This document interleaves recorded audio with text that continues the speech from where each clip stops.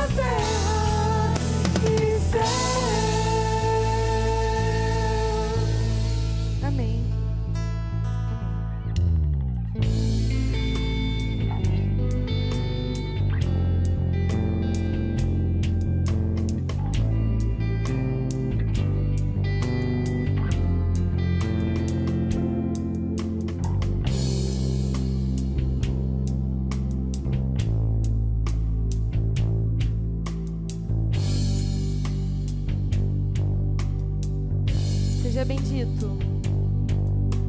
Seja bendito, Cordeiro, que na cruz por nós padeceu. Seja bendito seu sangue, que por nós pecadores verteu. Salvos do mal nós estamos, por tua graça e teu favor, pois que mais alvos que a neve, o teu sangue nos torna Senhor.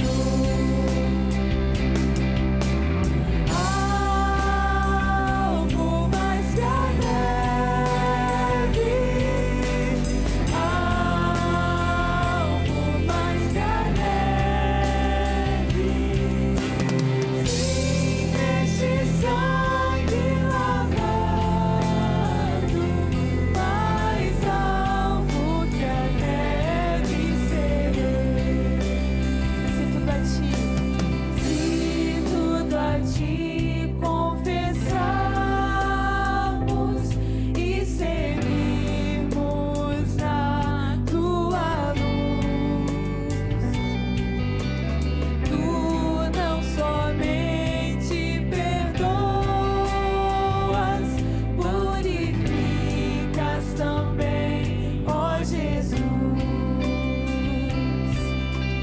Lavas de todo pecado, que maravilha esse amor, pois que mais alvos que a neve, o teu sangue nos torna Senhor. Algo mais que a neve. Algo mais que a neve, algo mais que a neve. Sim, neste sangue lavado, mais alvo que a neve serei.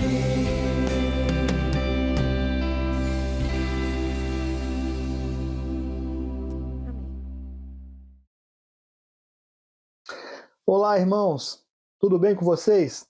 É bom estar aqui mais uma vez cultuando com os irmãos nesse culto de oração em família, compartilhando um pouquinho do nosso estudo semanal no livro Hábitos Espirituais, Prazer em Jesus pela Graça Diária, de David Metz. E hoje nós vamos falar um pouquinho do tema Cresta em Graça na Mesa, onde abordaremos a continuidade das ordenanças deixadas pela igreja. E semana passada nós falamos um pouquinho sobre o batismo. E hoje nós vamos tratar da Santa Ceia. A ceia, irmãos, proporciona à igreja princípios da graça através de 3 práticas. A manifestação da graça ao ouvir a voz de Jesus pela palavra. Em segundo lugar, a graça de ser ouvido quando oramos. E em terceiro lugar, na comunhão do corpo, quando nós nos reunimos como igreja. Agora, o que é ceia? Qual a importância que ela exerce na vida dos cristãos? O que ela representa no meio da igreja? Para respondermos essas perguntas, a gente tem que ler o texto que Paulo escreveu para a igreja de Corinto. E lá nós percebemos que neste contexto a igreja esqueceu o que representava a ceia para ela. E o texto que nós vamos ler aqui, 1 Coríntios, no capítulo 11, versos 23 ao 26, ele diz assim: porque eu recebi do Senhor o que também vos entreguei, que o Senhor Jesus, na noite em que foi traído, tomou o pão, e havendo dado graças, o partiu e disse: este é o meu corpo que é por vós. Fazei isso em memória de mim. Semelhantemente também, depois de cear, tomou o cálice, dizendo: esse cálice é o novo pacto do meu sangue. Fazei isso todas as vezes que beberdes em memória de mim. Porque todas as vezes que comerdes esse pão e beberdes do cálice, estareis anunciando a morte do Senhor até que ele venha. Irmãos, a ceia é uma ordenança.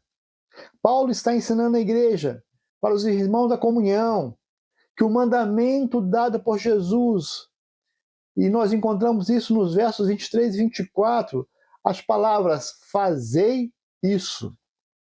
Foi o Senhor que instituiu, e ele nos convida a sentarmos à mesa e recordarmos o maior presente recebido pelo homem, a nossa salvação. Mas a ceia também, ela é importante porque é um memorial e nos faz lembrar de um marco na vida da igreja, pois celebra a nova aliança. E também nos traz à mente o que Cristo fez por nós. É na mesa e através da igreja que, quando ceamos, anunciamos que um dia Cristo morreu por nós, pelos nossos pecados, ele ressuscitou e irá voltar. Agora, no exercício da ceia, nós encontramos 4 aspectos que devem ser ponderados quando enxergamos a ceia como um meio da graça. E o primeiro diz respeito à responsabilidade em tomar a ceia. E a gravidade aí é bênção ou julgamento? E nesse sentido, devemos perguntar para nós mesmos: como nós enxergamos a ceia quando tomamos diante do Senhor? Será que nós fazemos de modo leviano, displicente, de forma indigna? Afinal, não existe julgamento, tudo é bênção? Ou fazemos de modo sóbrio, com contrição, com respeito, lembrando do ato salvífico de Cristo na cruz por nós? Olha o que Paulo escreveu para a igreja de Corinto, lá em 1 Coríntios 11, ainda no versos 27 a 29. Diz assim: de modo que qualquer que comer do pão ou beber do cálice do Senhor indignamente será culpado do corpo e do sangue do Senhor. Examine-se, pois, o homem a si mesmo, e assim coma do pão e beba do cálice. Porque quem come e bebe, come para sua própria condenação, se não discernir o corpo do Senhor. Por causa disso, há entre vós muitos fracos, enfermos e muitos que dormem. Aqui, nós percebemos que há deveres. Um compromisso. Quando nós nos reunimos à mesa, grandes coisas estão em jogo, irmãos. Quando a igreja se reúne para partilhar da ceia do Senhor, e dependendo de como nos apresentamos, bênção e julgamento estão diante de nós. Logo, quando a igreja se reúne para participar da Santa Ceia, ela precisa se apresentar de maneira imaculada, santa, evitar os plausíveis pecados cotidianos, ter um coração compungido, deve viver em santidade e obediência. E quando em algum momento pecar, isso pode acontecer, devemos estar com o coração compungido e arrependido e pedir perdão ao nosso Senhor. Por isso Paulo orienta no verso 28, examine-se, pois, o homem a si mesmo, e assim coma do pão e beba do cálice. Irmãos, examinar é fazer uma investigação minuciosa, é vasculhar o interior da nossa alma. Caso contrário, seremos réus de nós mesmos e não teremos comunhão com nosso Senhor. Em segundo lugar, a ceia nos remete ao passado, reencenando o Evangelho.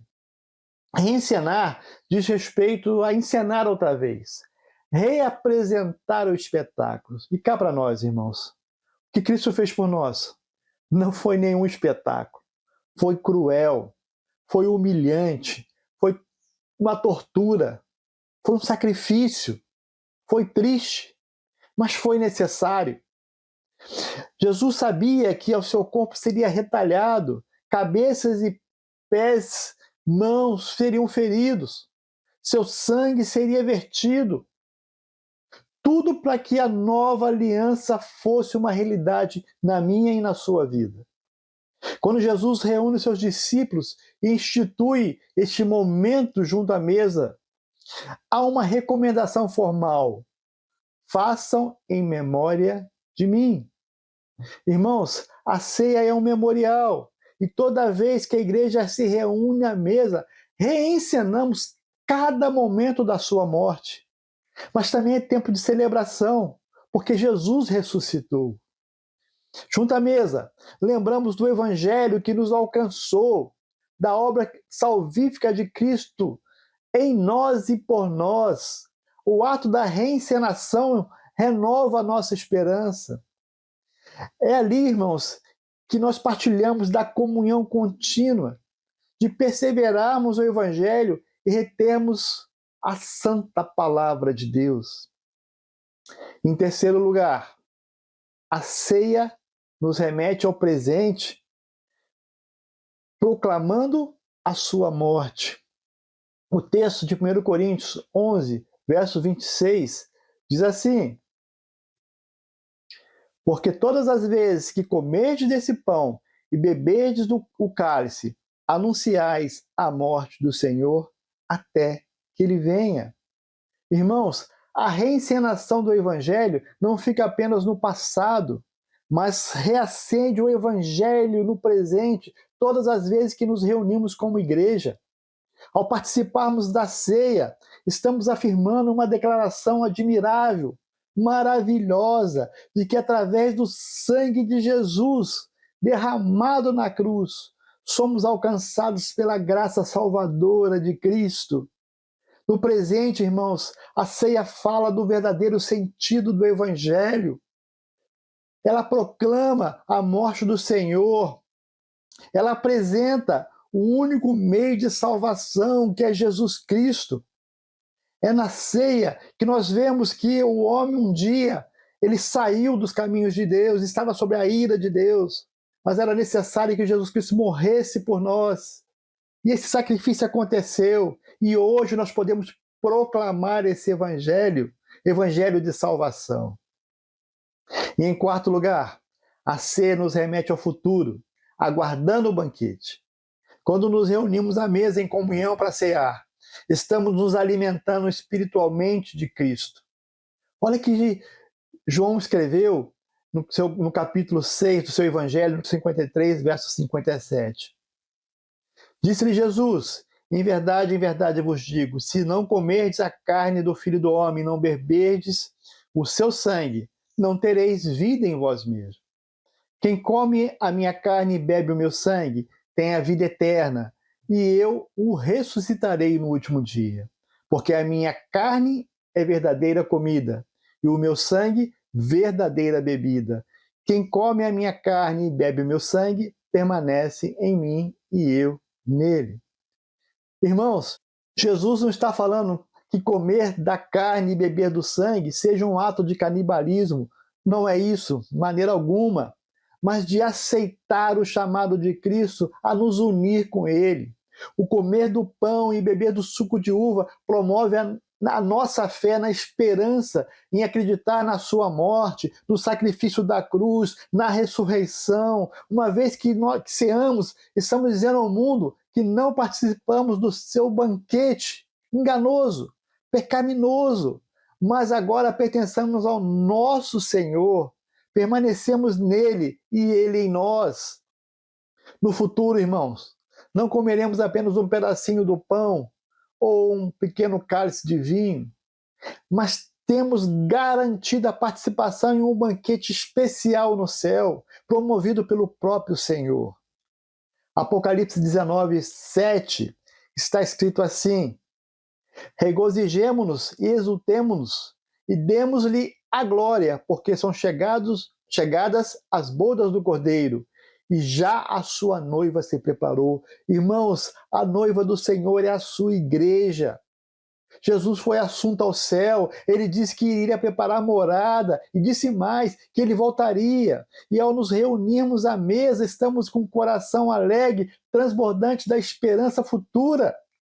A esperança de que um dia o Senhor vai voltar e nos levar e estaremos com Ele. Mas enquanto isso não acontece, enquanto esse dia não chega, reunamos a mesa, tomemos da ceia, relembremos o passado na sua morte, Vivamos o presente proclamando a cada dia o evangelho da nova aliança. Perseveremos na visão futura, com fé e esperança de que Jesus Cristo vai voltar.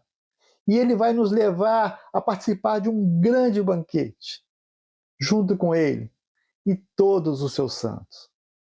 Você crê nisso? Então renove a esperança para que nós possamos lembrar da nova aliança que o Senhor fez por nós.